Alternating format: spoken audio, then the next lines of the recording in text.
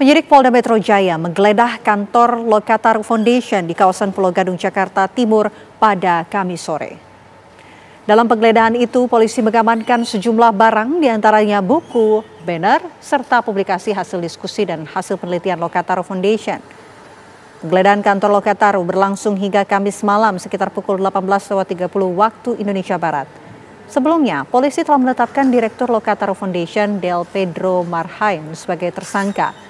Del Pedro disebut polisi telah melakukan penghasutan terhadap anak-anak terkait aksi demonstrasi dan perusakan yang terjadi pada 25 sampai dengan 31 Agustus 2025. Ada 57 barang yang disita dan dibawa oleh penyidik ke Polda Metro Jaya yang mereka klaim itu berkaitan dengan dugaan tindak pidana yang dialamatkan kepada Del Pedro selaku Direktur Eksekutif Lokataru.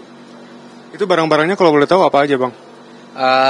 Ada 2 tab ya, tab, kemudian ada KTP, ada SIM A, SIM C, ada baju kaos, kemudian ada kartu BPJS gitu ya, ada buku yang mungkin sebagai bahan buat staf di Lokataru untuk memperkaya pengetahuan dalam melakukan penelitian, advokasi, kemudian pemantauan gitu. Salah satu bukunya ya bukunya Presiden Prabowo gitu yang dibaca oleh staf di sini gitu.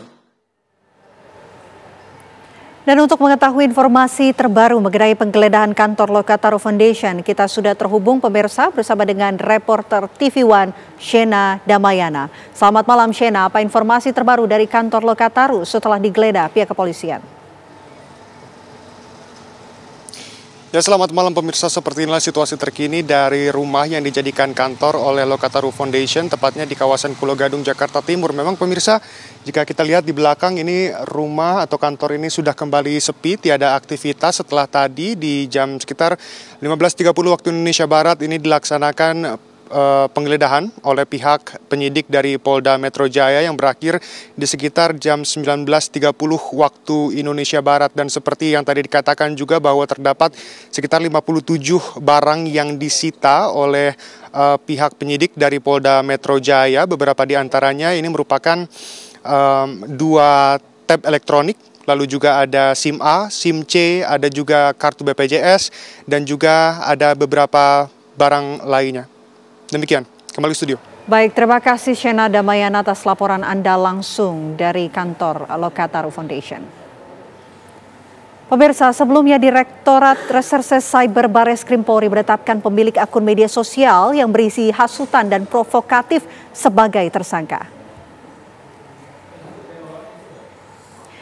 Dirtipid Cyber Bareskrim Polri, Brigjen Pol Himawan Bayu Aji mengungkap ada 552 akun dan konten media sosial di internet yang menyebarkan provokasi. Isinya mengajak publik melakukan tindak melanggar hukum di hari berlangsungnya unjuk rasa. Direktorat Reserse Cyber Bareskrim Polri terus mendalami hal ini, bekerjasama dengan Polda di sejumlah wilayah, termasuk Polda Metro Jaya dan juga Kementerian Komdiji.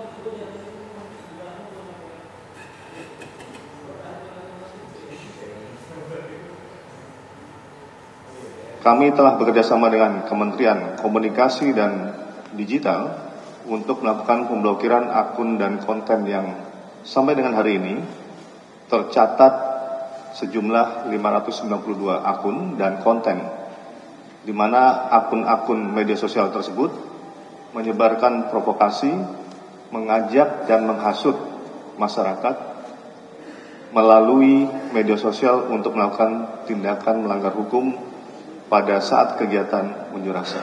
Terkait dengan penyelidikan dan pengusutan akun-akun ini masih tetap berlanjut, jadi kita masih tetap dalami.